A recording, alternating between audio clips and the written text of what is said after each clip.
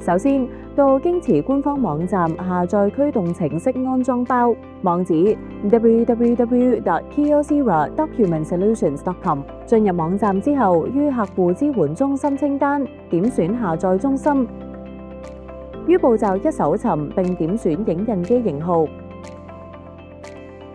步驟二選擇驅動程式。步驟三選擇使用中嘅電腦作業系統。步驟四選擇 KX Print Driver。點按同意合約條款並下載。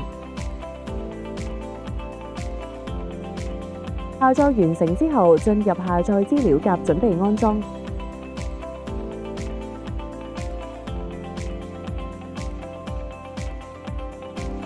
要安裝驅動程式，先解壓縮驅動程式安裝包。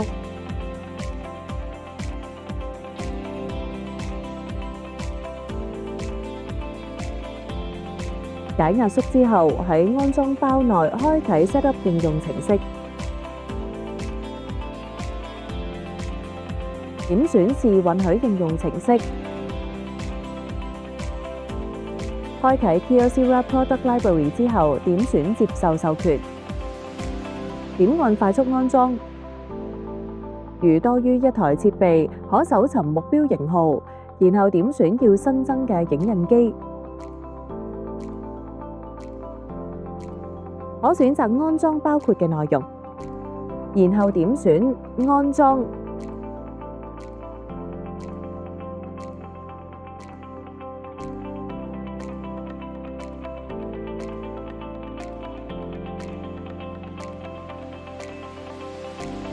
完成載入套件之後，可以選擇相關設置，最後點選完成結束安裝。返回 Kyocera Product Library 後，關閉安裝程式。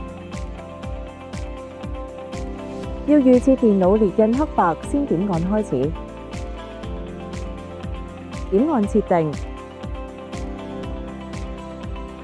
點按藍牙與裝置。選擇印表機與掃描器。點選目標影印機。選擇列印喜好設定，修改預設值。於基本頁面將色彩設置為黑白。完成後按確定。要設置印表機裝置選項，點選印表機內容。點選裝置設定。點選自動設定。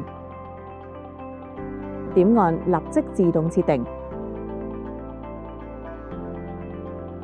然後按確定，再按確定關閉。